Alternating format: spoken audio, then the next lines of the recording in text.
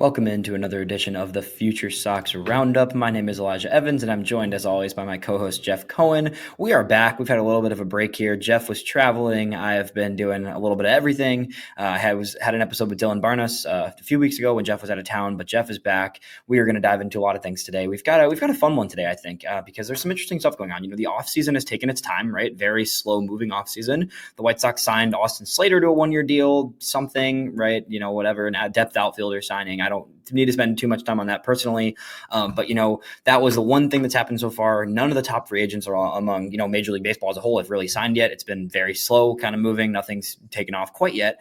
But in the meantime, it's time for mock trades. That's my favorite time of the year. I enjoy it. I love writing them. I love researching them. I love getting hate on them. I think it's just entertaining. I think, you really have written a good mock trade when you get people hating on them. I think that's what it comes down to. So today's main topic is going to be the Garrett Crochet mock trades piece that I just put out this morning for Just Baseball. So it's 5 mock trades for Crochet, all kind of a different angle in terms of what the package looked like. I tried to kind of give a different perspective of like the more high upside, younger prospect headline package, a package with more big league ready talent, ones that are kind of a blend of big league talent, prospect, project piece, right? So we'll get into that later, but that's going to be our main topic for today. First, we're going to start with the 40-man roster. It had to be finalized for the Rule 5 draft a few days ago. The White Sox made 2 additions to the 40-man roster, left off a few notable names as well. So we're going to dive into that first. But Jeff, how was your trip and how are you doing?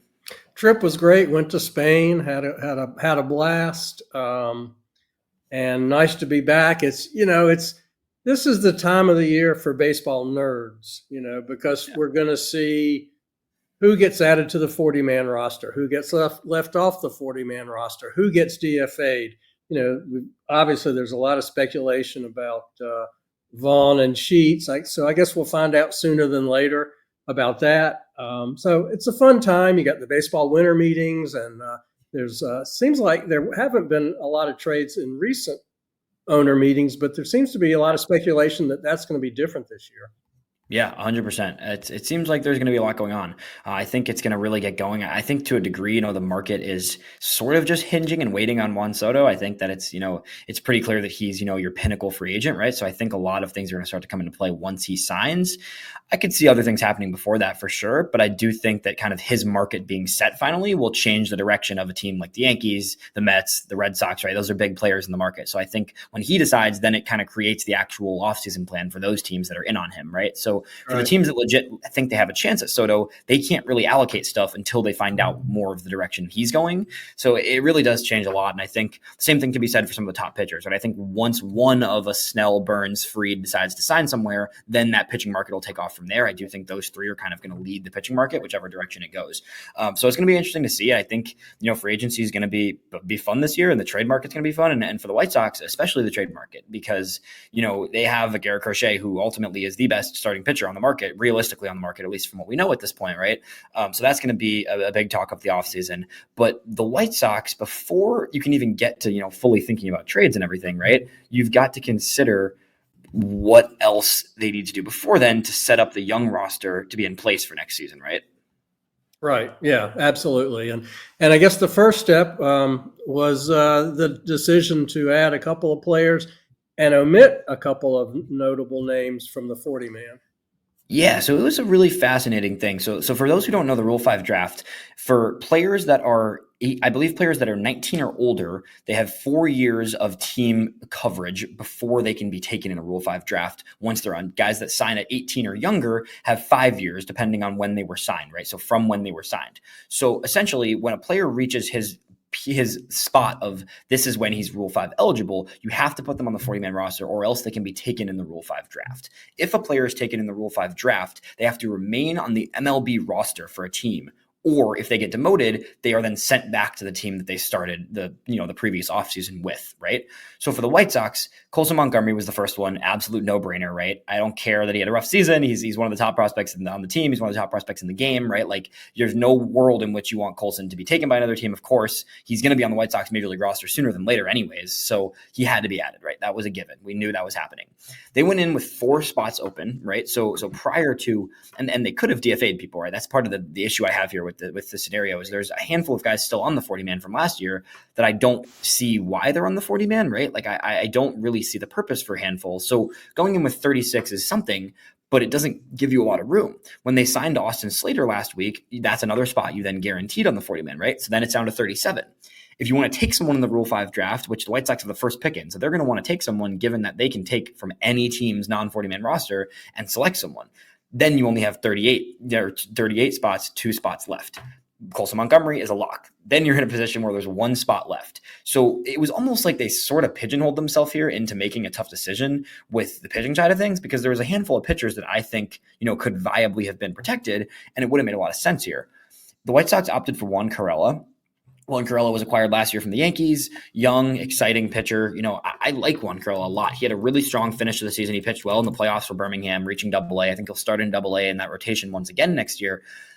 But Carela, as a 22-year-old starter who just got kind of his first taste of Double-A, his final 7 starts of the season, I don't think it was very likely he was going to get taken personally. I think that some teams might have banked on the stuff and tried to make him like a quick fix reliever at the big league level. But 7 games of Double-A experience as a 22-year-old, I'm not sure that's a guy that's getting taken in the draft, as opposed to 2 relief pitchers who I think are going to be part of the White Sox bullpen this year in Anthony Hoopy Tuinutoa and Trey Mago.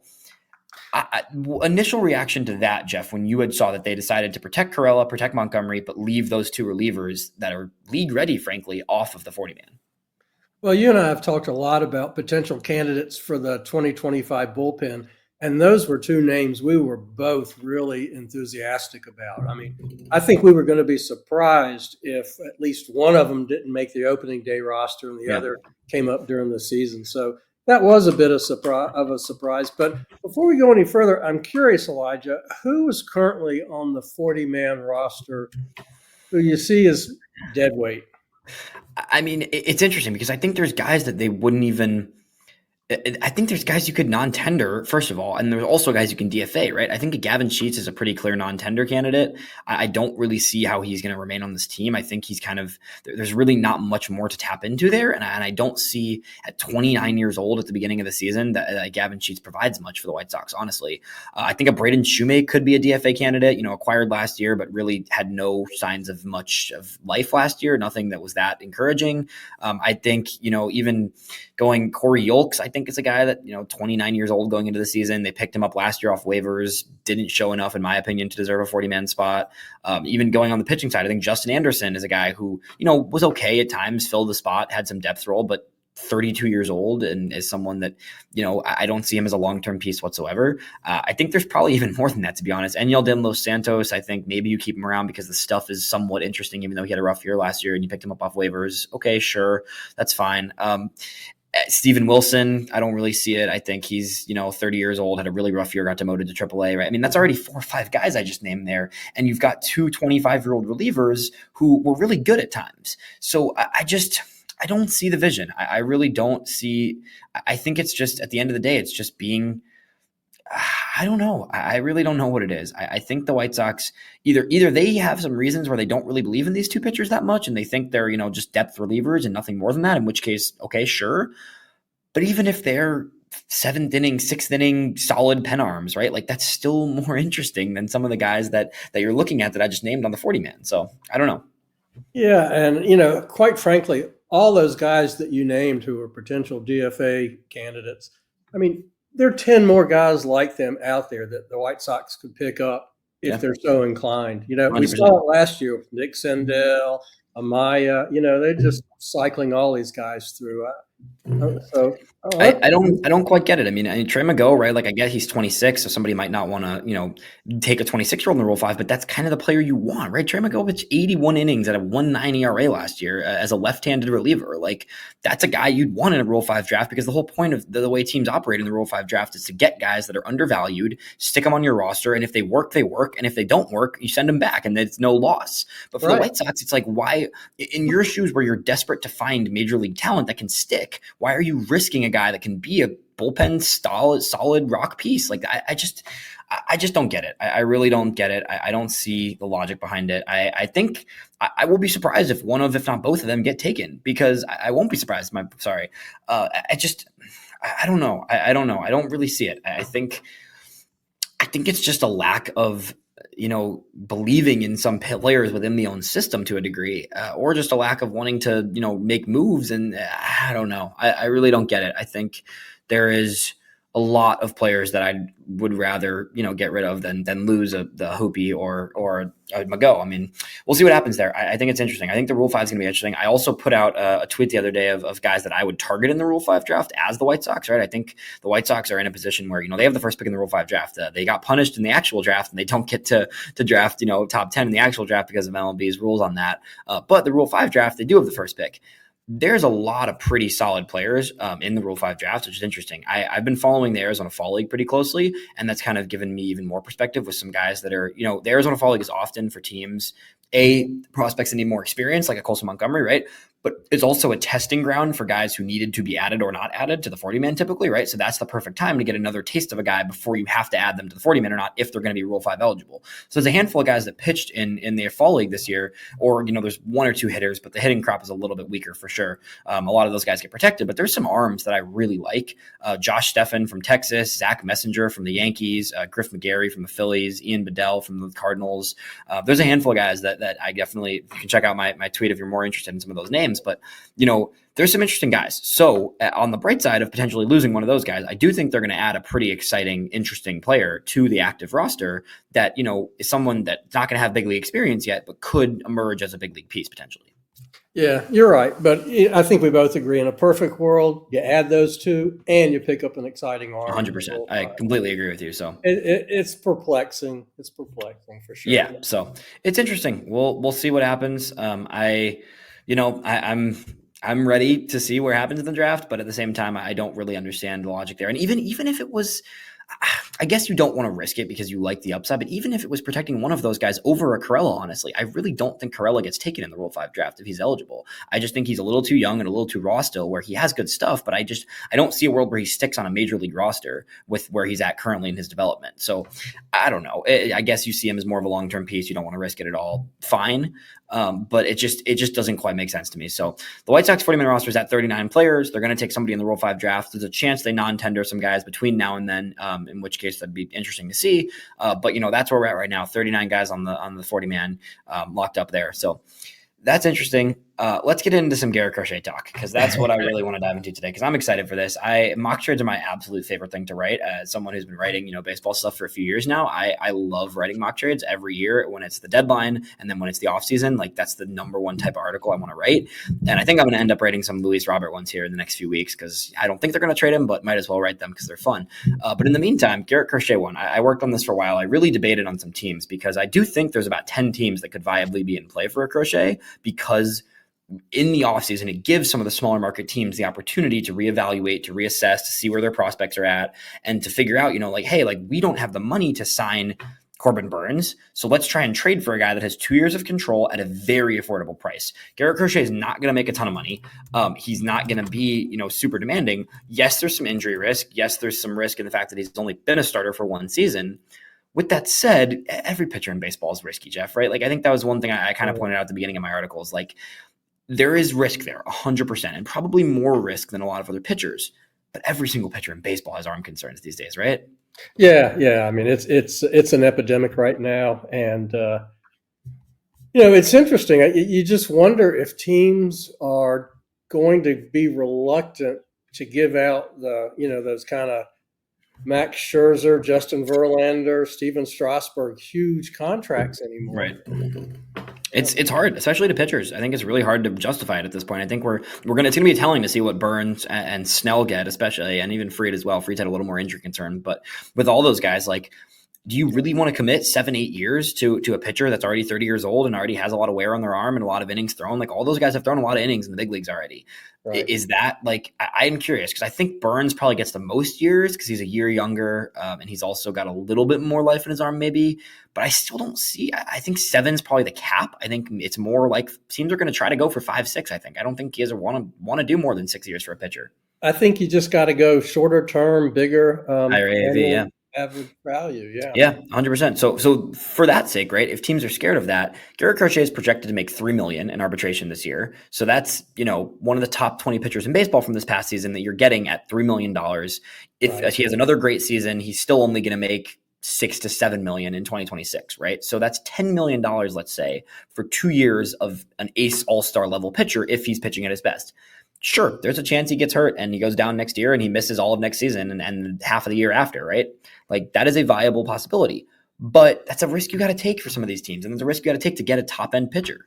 And it's an inexpensive risk, right? I mean, you're not committing, 7 years, $200 million to some free agent pitcher. You're spending next to nothing. But you are having to commit prospect capital. And that's where I want to start. Before we get into each exact trade, the way I want to frame this is kind of what does a deal in terms of value standpoint look like? Because I think it's really easy for White Sox fans to look at this market and say, hey, we want 2 top 50 prospects in baseball, another top 100, and a throw-in piece flyer. That's not going to happen. I'm sorry. I know people want that. It's not going to happen. I don't see any world where there's more than 2 top 100 prospects involved in this trade. I don't see it. With 2 years of control, with the level of risk involved, it's not happening.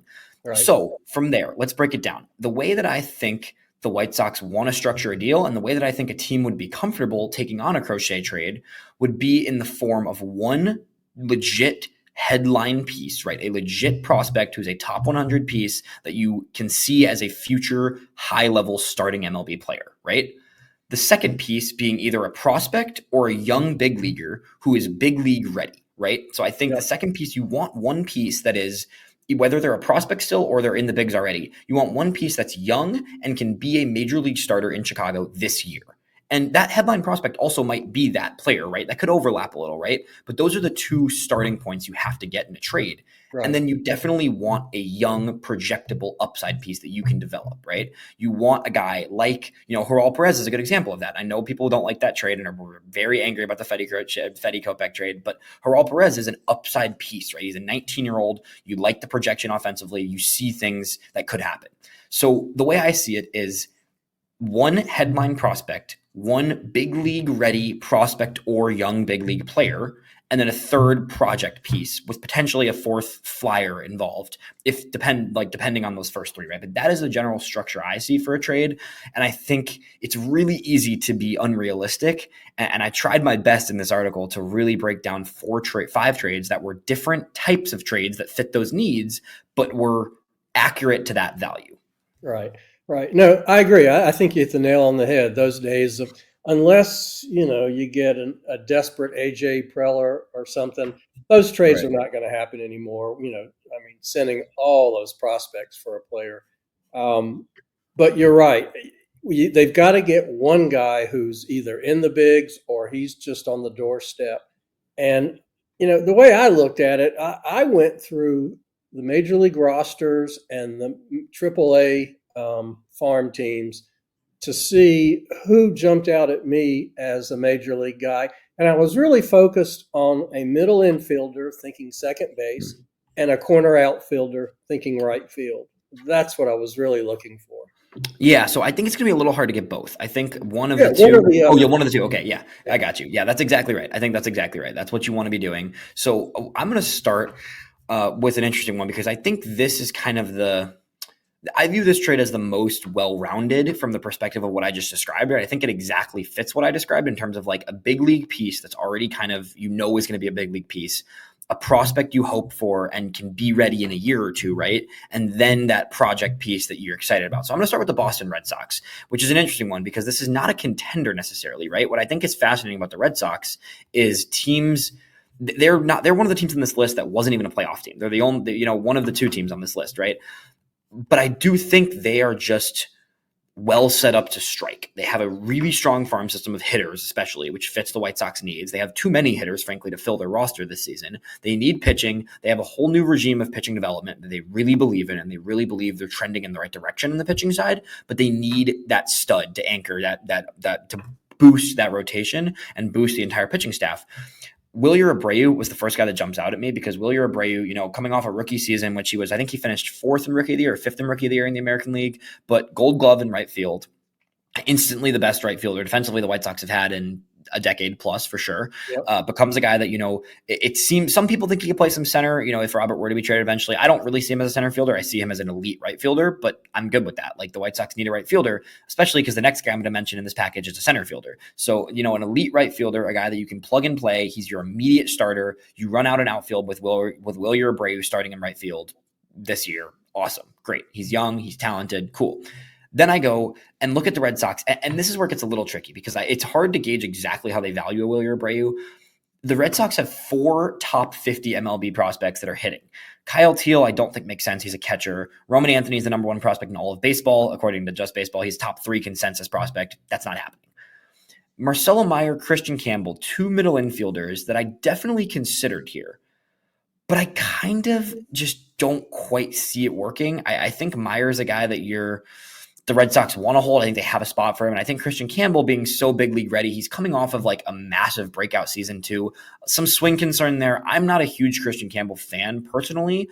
I also just think his proximity to the big leagues makes the Red Sox not want to trade an Abreu and a Campbell.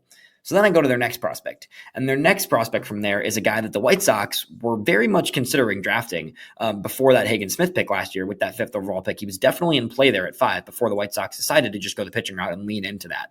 Braden Montgomery, outfielder from Texas A&M, center field, coming off, he got hurt before the draft. He broke his ankle and that kind of tanked his stock a little bit. He ended up falling into past the first 10 picks. He was a projected top 10 pick for pretty much the entire collegiate season before he got his injury, right? So this is a guy that was a consensus first round, no doubt prospect coming into the draft.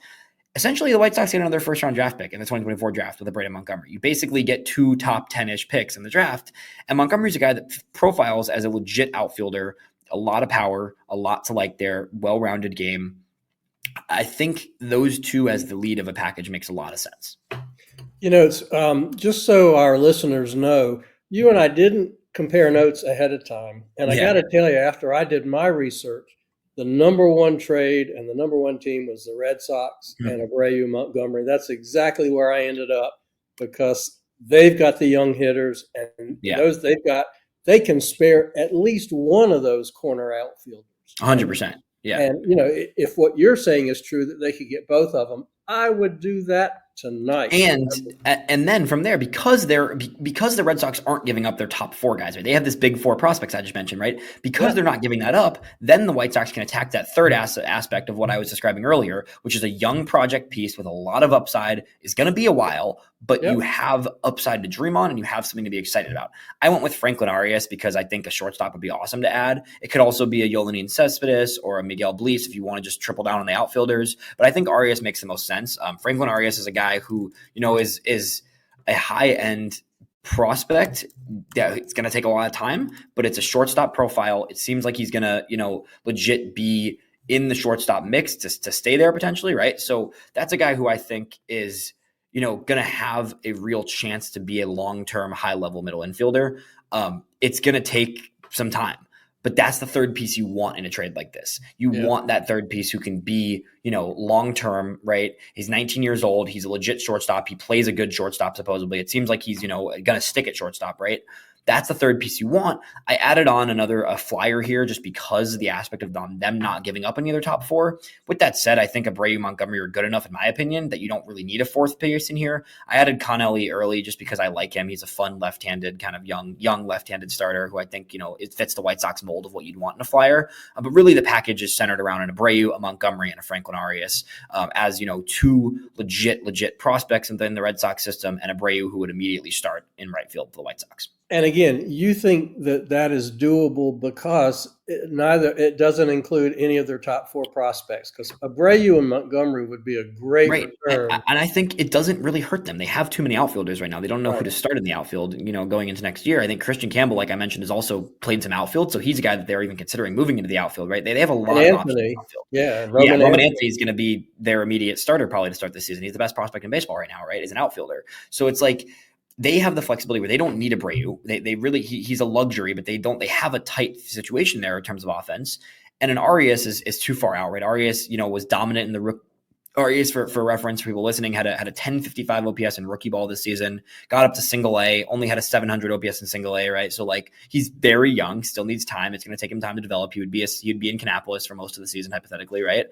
But A lot to like. Yeah, that'd be fun for you for sure. Arias is super, super fun watch. So that would be cool. But he's a legit shortstop. He's got a lot of good contact and speed. There's a lot to like there.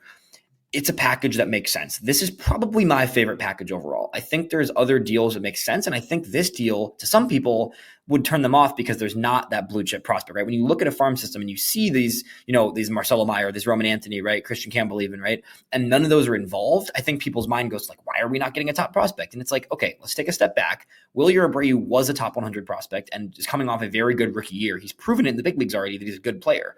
Braden Montgomery, first round draft pick. Yeah, he's back half of the top 100 right now, but like that's a first round draft pick that just got drafted and has a ton of potential. And Franklin Arias was a high level international signing who was one of the best hitters in rookie ball this season. And again, there's less risk because they're closer to the major leagues. And right. It's going to be really tough with all the other teams that we're going to talk about, finding two guys who are that close to the major leagues and have that kind of upside. Yeah, 100%. So That's the Boston trade. I like it a lot. I think it makes a lot of sense. Staying in the division with Boston, the Orioles one is really tough to figure out because the Orioles, and this is where I think I had some people that were not happy about this offer because I get it and I understand why. The Orioles one is tricky because the Orioles have two prospects who are exceptional and they have two guys who are, top 10 prospects in baseball, probably top 20 consensus for sure. But I don't believe the Orioles are going to trade any of the top guys. They've proven time and time again in the last few years that they are not willing to trade their top guys. They refuse. And I think it's going to bite them because I've been on record saying that I think the Orioles are in a really tricky spot because they're going to have to deal with, Gunnar Henderson's free agency in a few years. They've got Adley Rutschman coming up on, the end of his arbitration, right? Like they're in a really tough spot, honestly. They truly are in a really tough position. But with that said, they still have the depth in their farm system to put together a package.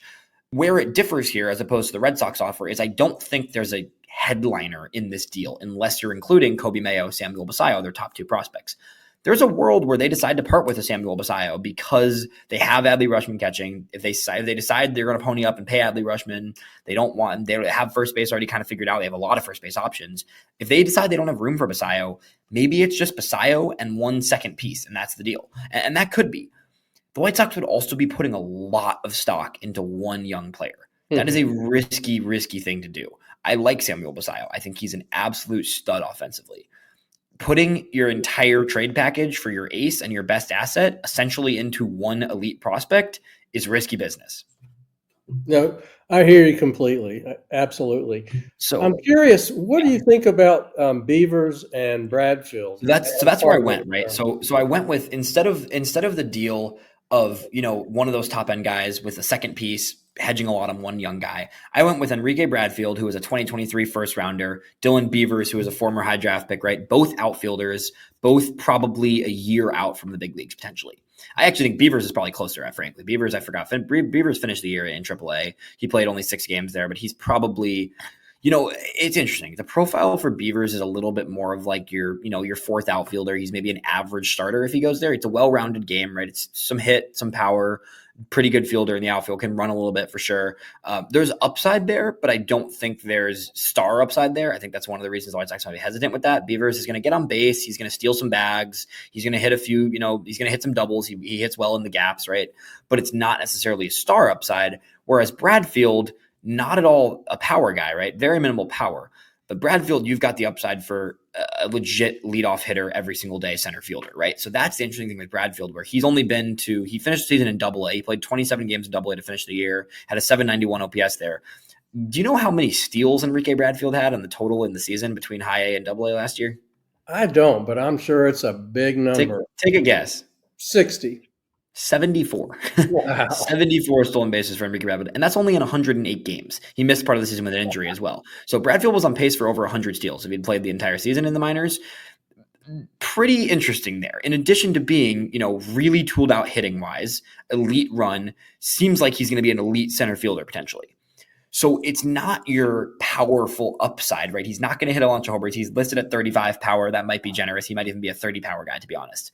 But Enrique Bradfield is going to get on base a ton. He's going to play an elite center field, and he's going to steal a ton of bags. When's the last guy the White Sox had a true disruptor on the bases?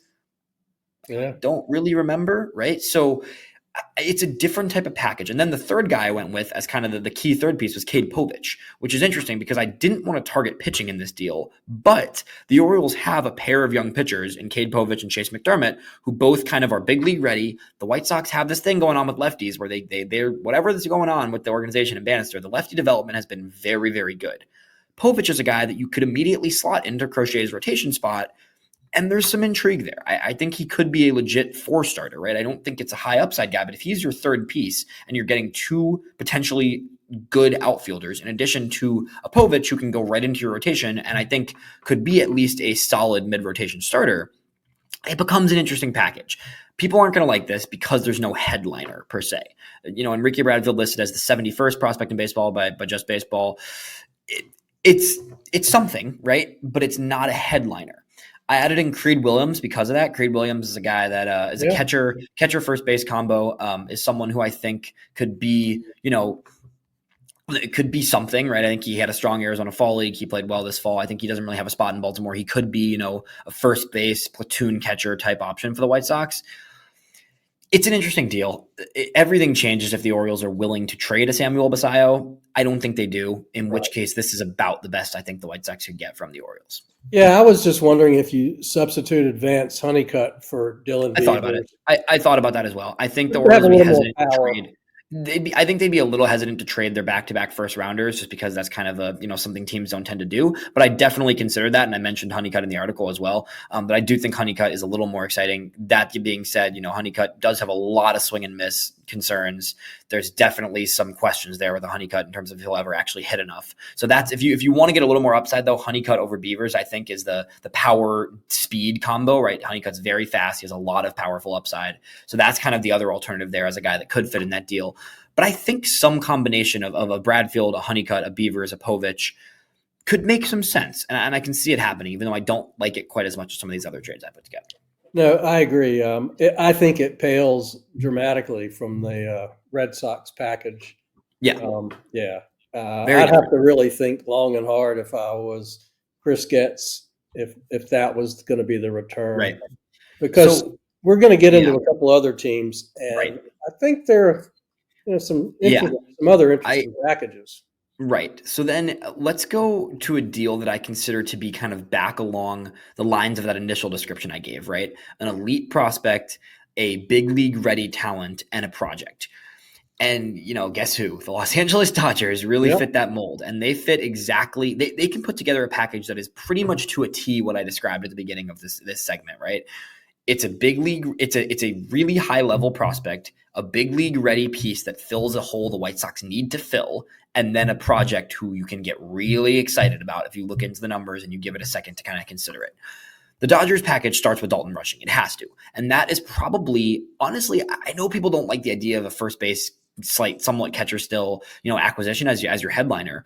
Dalton Rushing's probably the best overall hitter of anybody we're mentioning in this, all these trades, right? Like in terms of pure offensive output, he might be the best hitter on this list, in which case he played the outfield. And I think he did. You're the one that put me off to that.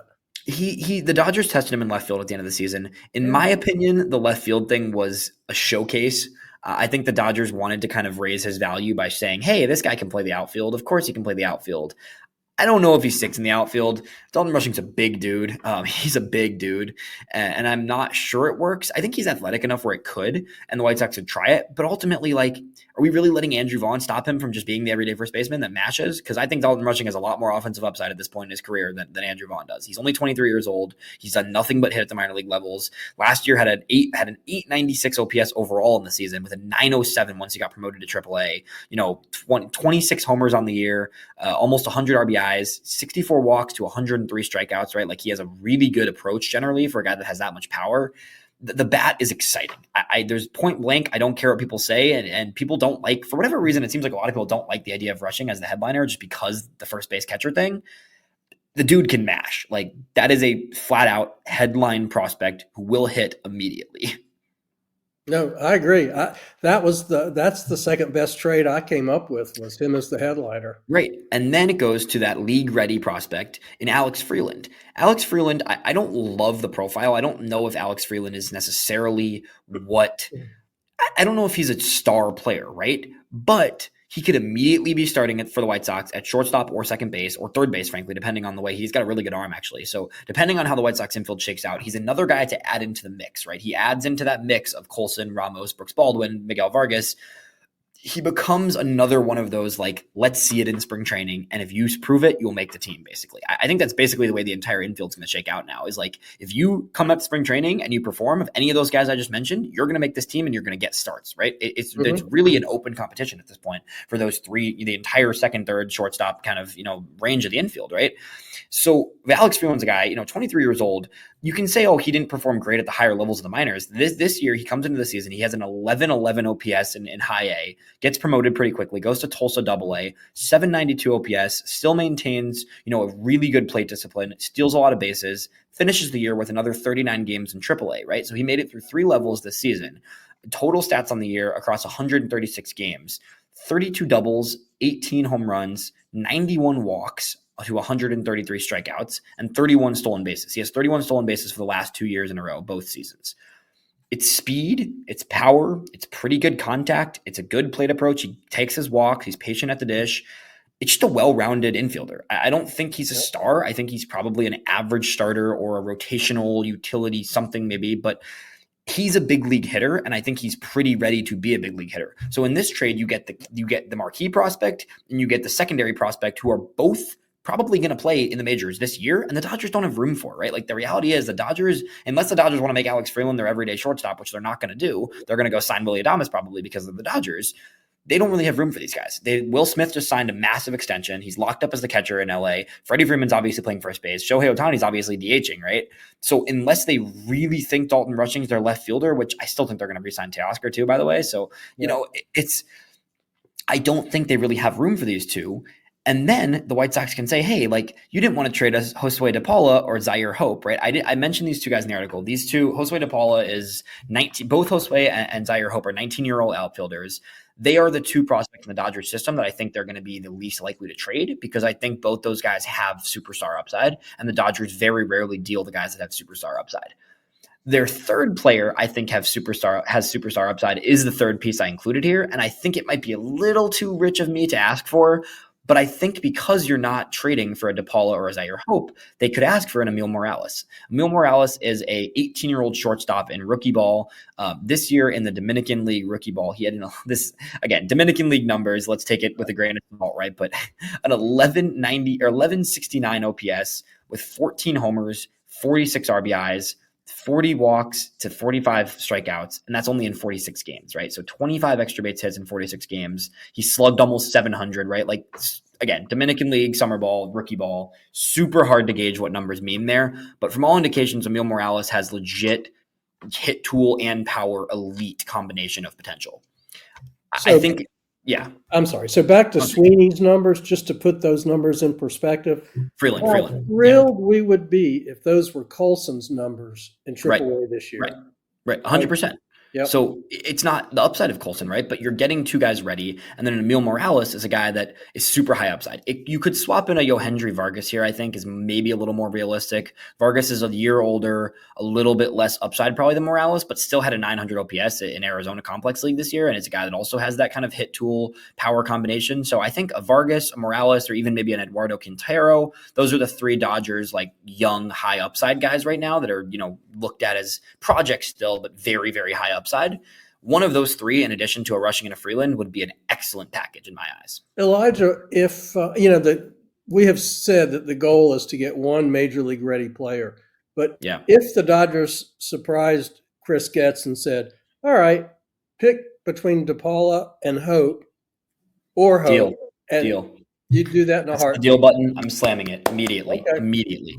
I think one of those two, in terms of upside, would be just about as high of an upside player as you could possibly get in a Crochet trade. If they don't want to give Rushing and they see Rushing as an everyday starter and they say, we'll do DePaula, Freeland, and a project, immediately slamming yes. I do not. That's the type of player you throw the need out the window for, and you say, this is the upside guy that we need. And the White Sox are in a position right now where they have to take a swing if they have a chance at a top 50 type upside guy, right? Like, if you're given the opportunity to go for a guy with that level of upside, you have to take it. Like, I can't emphasize that enough, that all of this stuff I've said about fit, you throw it out the window if you're given a chance at a truly elite upside prospect. Okay, so would you take that deal over the Montgomery Abreu That's deal? tough. This is where it becomes tough. I really like both the Boston and Dodgers deals, and I think they're both realistic because I think they both Mhm. are good, but they also are realistic about what those teams need and what those teams are willing to give up.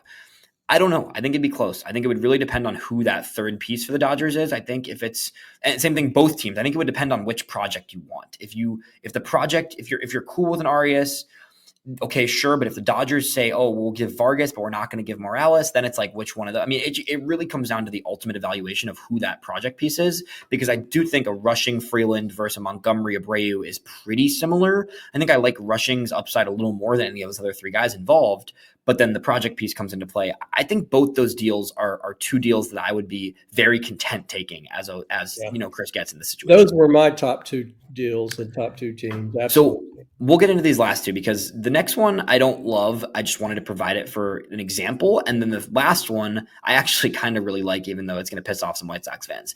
So the next one is the Phillies. And the Phillies are an interesting case. They're kind of like the Orioles, but a little bit more simplistic. Andrew Painter is not getting traded. There's no world, not happening. Sorry. Aiden Miller, the Phillies' top, top hitting prospect, right? Consensus top 50 in baseball, was a first round pick a year ago out of high school. I like Aiden Miller. Jay, not to harp on anybody negatively, but when the White Sox in 2023 drafted Jacob Gonzalez, I had Aiden Miller projected at that pick. I really wanted Aiden Miller at that pick. I think Aiden Miller is a stud. I think he's going to be an everyday third baseman for a decade plus. I don't think the Phillies trade him. If the Phillies were to trade him and be willing to trade him in a Crochet deal, then it looks something like the Basayo possibility, where it's like Aiden Miller, a second decent prospect, cool, call it a day. You're putting a lot into one prospect. The other alternative with the Phillies is to just go for the upside. Just forget the league ready and just say, we're going to shoot for the sky. We're going to get two guys that have elite potential. They've got a long way to go, but we're not competing for a few years. So let's just take a chance and see what happens, right? That possibility would involve Eduardo Tate and Starling Caba. Eduardo Tate and Starling Caba, both super young, a long way to go, but both consensus top 100 guys with a ton of potential, a catcher and a shortstop. It's funky. It's weird to make your two top guys like 18-year-olds, 19-year-olds, right? Like that's risky for sure. It's the most risky package here, I would say, by a mile. Do I love the upside of both those guys, though? I do, right? I do. Eduardo Tate just turned 18 too. Eduardo Tate was 17 for most of this year and finished the season between rookie ball and single A. He finished the season with an 842 OPS, 11 home runs, 18 doubles, and that's only in 79 games total. Starling Caba is heralded as probably one of the best defensive shortstops in like the entire minor league system right now of any team, right? He's listed as a 65 field. I think he's going to be a 75 or 70 fielder, honestly, when everything's said and done. High level shortstop at 18 years old, was good in rookie ball with the bat, really struggled in single A, still incredibly young, just turned, is whatever. That's the upside swing. I finished out that package with Gabriel Rincones, Michael Mercado, two kind of league ready, an outfielder. Rincones could be a right field option for the White Sox this year. Mercado is just a depth kind of arm to stack into the mix of arms. This package is probably the worst, I think most people would say, in comparison to these other ones. But in terms of upside, you've got two 18-year-olds who could be very, very good by the time the White Sox are ready to compete. The thing that appeals to me in that deal is having an elite shortstop. And that bumps Colson to third. And I think he would be an elite defensive third baseman. All of a sudden, you have dramatically improved your White Sox defense. And, you're saving runs now. It's a long time away, too, so you never know. No, right? I know. But still, yes. If you can have a guy who's a 70 grade defensive shortstop and then Colson at third, that's really strong. That's going to save you a run a game. 100%. That deal could also include a Justin Crawford. I think there's a chance if they're saving Evan Miller that Justin Crawford could be that third piece. And Justin Crawford is, got up to AA this year, had a lot of success in AA. Son of Carl Crawford, super speedy, contact-based outfielder for sure. Not a lot of power with Crawford. I don't love Crawford's profile, but I do think that if there's a chance, that's the piece, right? It's a ton of stolen bases. It's good contact skills. Maybe that's your third piece, and then it's you're getting the Phillies' third, fourth, and fifth prospects at that point. maybe that's appealing. I think that's very viable in this trade as well. I just decided to go with a Rincones, who's a little bit lower level of a similar thing to Crawford, where it's, an outfielder who's near league ready, but Rincones has a little bit more power intrigue there, as opposed to a Crawford who's more contact oriented. But generally the idea there is going all in on the youth, going for 2 high upside guys. The last trade is with the Cubs. And I know people don't like hearing that because White Sox fans hate the idea of trading with the Cubs, but they shouldn't hate the idea of trading with the Cubs because, the last few trades the White Sox and Cubs have made have gone pretty well for the White Sox. I know things didn't go well in terms of like the future of the organization, but getting Dylan Cease and Eloy Jimenez for Jose Quintana is still one of the better trades from the White Sox, recent history, right? Sure. The Cubs have a similar situation to the Red Sox. They're not contenders yet, but they have a lot of offensive core young pieces. Their farm system is filled with offense. I believe when I looked at the Cubs, they only have 2 pitchers in their top 15 prospects.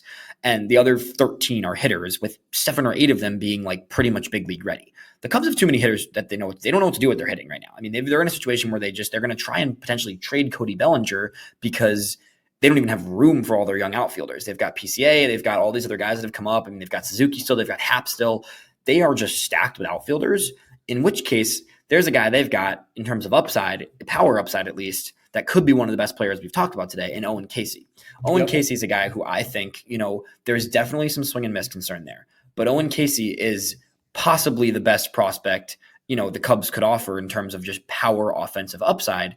He's listed as Just Baseball's 35th overall prospect, and I think the Cubs don't have room for him. And I think he plugs into right field immediately for the White Sox. He can play center field potentially. I think he's more of a right fielder though. And he's probably just about one of the better right fielders you could get in terms of a league-ready prospect with a lot of upside. Casey mashes. He's going to hit home runs. There's a lot to like there.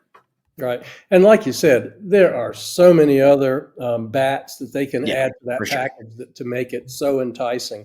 It's interesting. Again, when I was doing my research, one of the things I did is just, look at teams that had players of interest. And I had 3 teams, the Cubs, the Mariners, and the Guardians. And I thought all these teams have really interesting prospects, and many of them are in the upper levels, but I don't think, I just can't see any of them making a deal. Certainly Seattle or Cleveland making a deal. Right. The Cubs are the one I can see, though. That's the thing. I think the Cubs want to compete this year, and I think they have too many.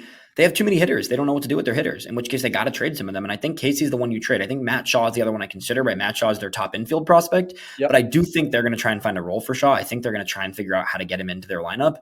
I think they like him a little bit more than Casey. I think he's a little bit more well-rounded of a hitter. But Casey, 19 homers and 29 doubles this year in AAA, 71 walks as well. 156 strikeouts is a little bit concerning, right? He does whiff a lot, but it's serious power upside. And a guy that's pretty much ready. I mean, he's 22 still. He's very young still, but still pretty ready to be a big leaguer in the near future. Now, he had an entire season in AAA this past year at 21, then 22 years old, right? So Casey's the headliner. Then I went with that upside, high-level potential prospect, right?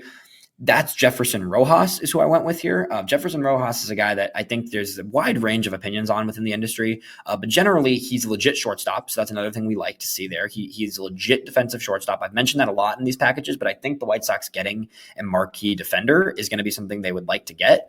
He had a rough year offensively. He spent the entire year in high A and definitely had some ups and downs. But even with the ups and downs, he doesn't strike out a ton. He makes really good contact generally. He gets on base at a good clip. He has some speed. He steals some bags.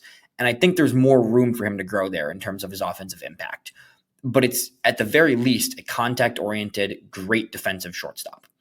And then the third piece I decided to go with was kind of that upside swing, the we'll see what happens. And I went with a pitcher here, actually, even though their system is super loaded with hitters. I think it easily could be a hitter. It could be like a Pedro Ramirez here or a Christian Hernandez. Those are 2 infield prospects the Cubs have that are in the lower levels. But I went with Jackson Wiggins, and this was a recommendation actually from Aram Layton. So I got to give Aram some credit here when I was talking about some packages with him.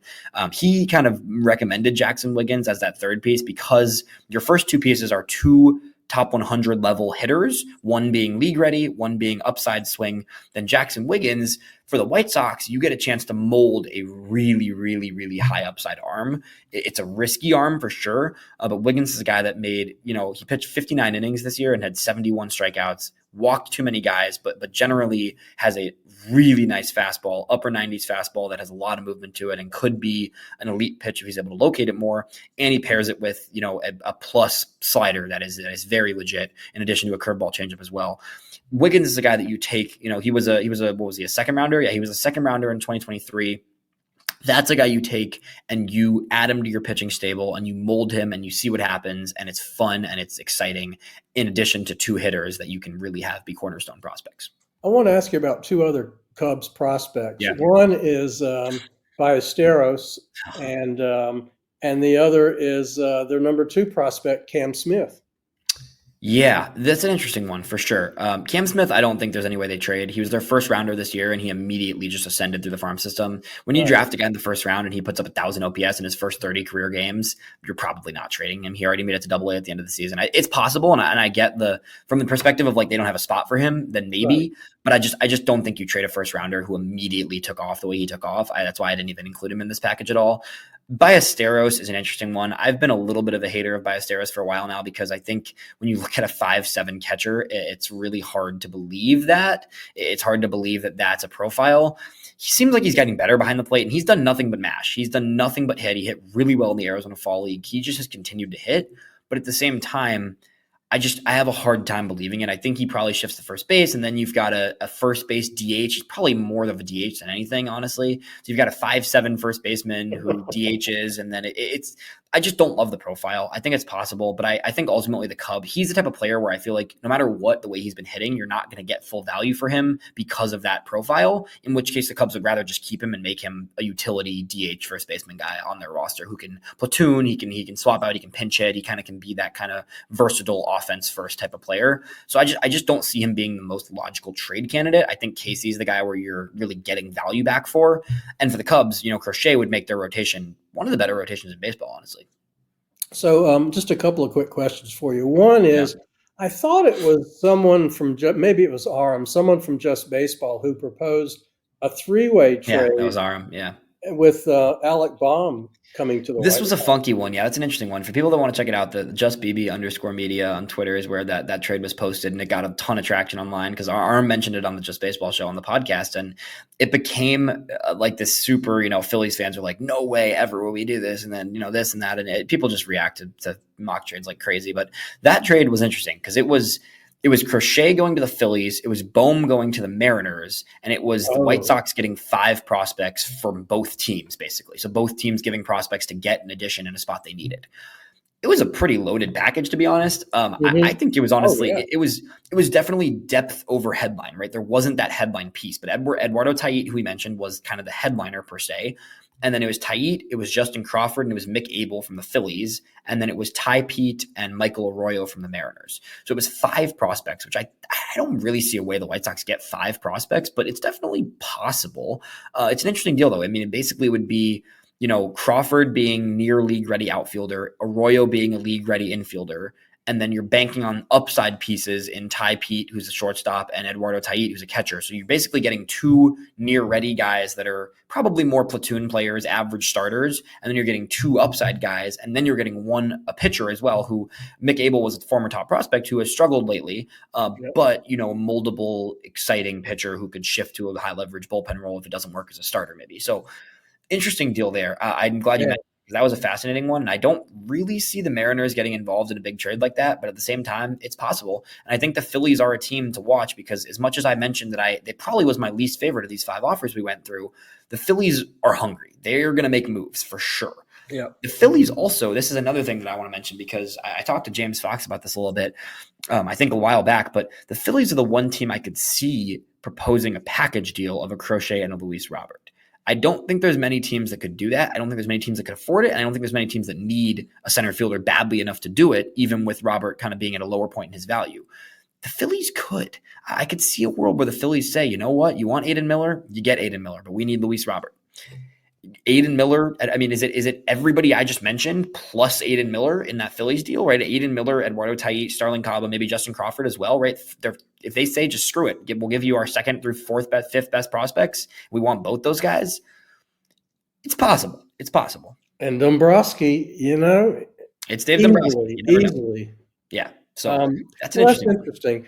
We're winding down. We're running out of time a little bit. So I wanted to put you on the spot a little bit. And so number one, when do you think a deal is going to happen? And then maybe percentage wise, what percent do you think either of these would have a chance of coming to fruition? Yeah, I think my initial reaction would probably be, I think once one of those big guys signs, we're going to see this happen quickly. I think once a Burns or a Snell or a Fried signs a big deal, then it's going to move. And I think that's going to be probably winter meetings or maybe a little after the winter meetings. I think maybe things start to matriculate over the winter meetings. It eventually happens a week later maybe. But I do think it's before the end of 2024. I honestly do. I really think this is going to happen in the next month and a half. I just think it's going to come down to how the pitching market shakes out and then which teams are willing to really go in. It's hard. It's really tricky to predict when. And I do think it depends on those big three pitchers, because beyond those big three, Crochet is definitely better than every other free agent reliever pitcher in terms of like what their upside presents, right? Jack Flaherty is going to get a good bag. Sean Manaea is going to get a good bag. But beyond those three big guys, Crochet is definitely the next best option, readily available, right? So I think once one or two of those guys signs, then we're going to see this really happen, because X team is going to realize, hey, we're not going to get Burns or Fried. Let's go get a Garrett Crochet. Let's not waste any more time, right? I think my favorites are Boston and LA. I think Boston and LA make the most sense. I think they're both willing to do what it takes to get a good pitcher this offseason. I think they both have the right types of prospects for this deal. I think you could swap in and out a lot of those guys I mentioned in the proposed trades, and you could still make a deal happen with either of those teams. Those are my two favorites. There's some dark horses too, I should mention in the article. I did write some honorable mentions. I didn't do proposed trades for them, but I honorable mentioned the Mets, the Rangers, and the Nationals. I think those are all kind of interesting ideas. I think the Mets are more likely to just spend in free agency because it's Steve Cohen. He's willing to spend whatever it takes. So I do think the Mets are way more likely to sign one of those big guys than they are to trade for one. The Rangers, I think it makes sense from the lens of them needing pitching that's affordable. They need pitching, but they need affordable pitching. So I think it makes sense in that regard. But I also don't think they're necessarily a team that's going to make a huge move this offseason. I think they need to just kind of regather and recalibrate their roster right now. Then the Nationals, it's a year too early, but it would be really, really, really fun. That would be a trade that I really wanted to mock, and I couldn't justify putting it in the top 5. But that team would just be awesome because they offensively are trending in a very good direction with Dylan Cruz and James Wood outfield and a lot of other guys there in their system. They need some pitching though. It's a year too early for the Nationals. But if you were to revisit this in a year from now with a different pitcher, I think they'd be very much in the market for a huge pitching trade. So those teams are good to mention too. But I do think Boston and LA are the most likely. I think I'd give it about a 40 to 50% chance it's one of those two. I think that's where I'm at right now. I think the Cubs can play for sure. I think the Phillies are in play for a blockbuster one way or another this offseason. The Orioles, I have a hard time believing it with the Orioles. Yeah. I put them in here because they make the most sense logically. When you think about it, the Orioles need pitching. They have too many prospects. They need pitching. I don't believe that team. Something about me I'm just done. I'm done believing that they're going to do anything. Like I feel like I've been believing it for 2 years and they don't do it. And I think they're going to end up signing a Yusei Kikuchi and calling it a day. And that's going to be their move. And it's like, I don't believe it. So I think Boston and LA are my top 2 for sure. Well, I think in your article you hit the nail on the head. The Orioles, what was their big trade deadline move? Trevor Rogers. That kind of says where their head's probably at. Yeah. I think they'll do something, but I think they're going to go for one of those mid-tier starters in free agency, right? Nathan Eovaldi, maybe, right? They say, hey, Eovaldi, you can plug a hole for 2 years and be decent, and good for them. That'd be a good move. Yeah. But I just can't see them pulling the trigger on a huge trade. So I do, yeah. I'd say my order would be Boston first, LA second, maybe the Cubs third. The Phillies or Cubs are kind of close there in that third spot, I think. Yeah. What do you like? I ask you, if you were to say if all 5 of these offers were on the table right now and you had to say pick which one and say boom, done, deal? I tell you, I really like the Boston deal because you're getting 2 major league ready outfielders. Yep. Close to it. I think worst case, one of them is going to be league average and the other is going to be above league average. And I think that's right. Worst case. Yeah, I honestly think that's about right. Yeah. Nice. Well, I'm glad. I hope you enjoyed going through these. I appreciate you kind of coming in and bouncing these ideas back and forth with me. So this is a cool way to look at it. I think, Yeah. I think we are at the point now where we believe Crochet is going to get traded. Now it just comes down to what does that look like? So very curious to see how it shakes out. I think it's going to be fascinating to watch. We're all excited to see kind of how it goes. And it's going to be, a pretty fun offseason. I know people are still kind of scared the White Sox are going to mess it up and this and that and whatever, but I'm just excited to see what happens. So yeah, absolutely. It's a fun time of year. 100%. We will be back with more stuff. We're going to have some good interviews coming up. It's going to be, really exciting to just dive into stuff, get into all of it, keep after it. We will be back, the rest of the offseason. We're going to have some cool interviews set up. I think we're going to try and get some special guests on here. I'm going to do some player interviews coming up soon. And we'll keep it rolling on the FutureSox RoundUp the rest of the offseason. All right, man. Thanks, Have Jeff. a good holiday.